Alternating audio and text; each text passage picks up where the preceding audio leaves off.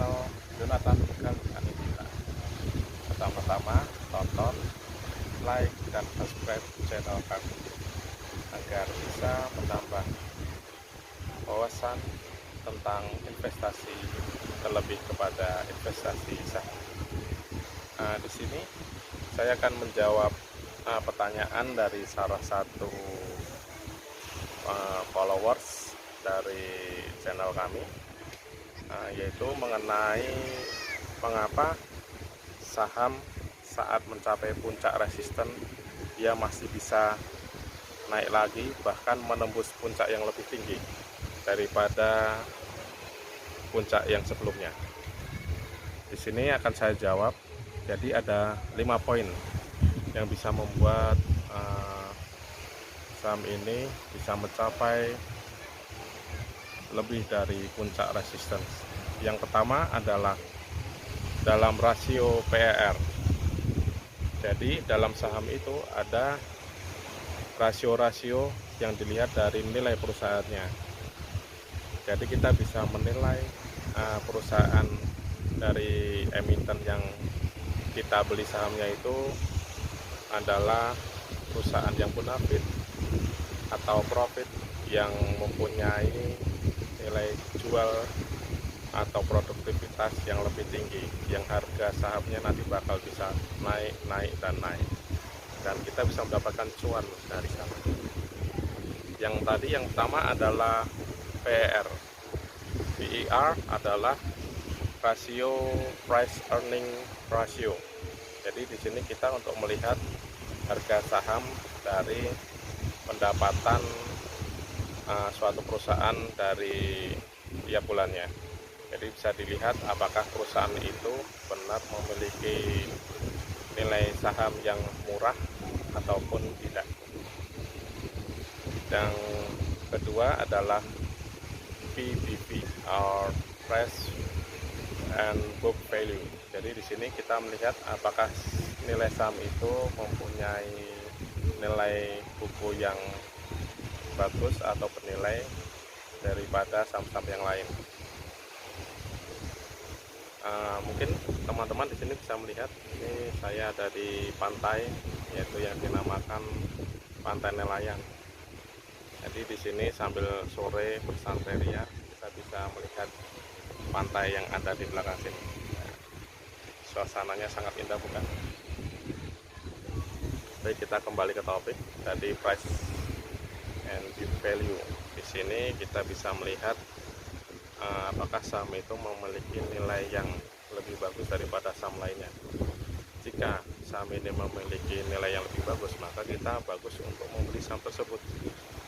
Karena jika kita sekali membeli saham tersebut, ke depannya dari month to month atau year to year akan lebih bagus nilai sahamnya, dan akan naik, dan kita akan mendapatkan cuan dari situ. Jadi misalnya kita melihat, jika kita di analisa yang lainnya, kita melihat apakah dari grafiknya itu sudah mencapai di puncak resistance yang paling tinggi. Mengapa dia bisa naik? Karena mungkin harga sahamnya pada waktu itu masih harga saham yang murah. Jadi kemungkinan dia untuk naik, dan orang untuk investor saham yang lainnya untuk membeli saham itu bakal banyak yang membeli, karena tahu PBV dan PER-nya itu masih murah. Jadi dia di bawah harga pasaran. Jadi kemungkinan besar bakal naik dan melejit dari puncak resisten yang sebelumnya. Selanjutnya ada rasio yang ketiga adalah NPM atau Net Profit Margin, yaitu adalah rasio untuk menilai laba bersih dari suatu perusahaan itu. Jadi kita bisa lihat nilai pendapatan perusahaan itu dikurangi dari biaya pendapatan, biaya untuk tenaga kerja, dan biaya untuk per hari, untuk biaya transportasi dan lain-lain, itu sudah dikurangi dari semuanya, maka kita bisa lihat total laba bersihnya.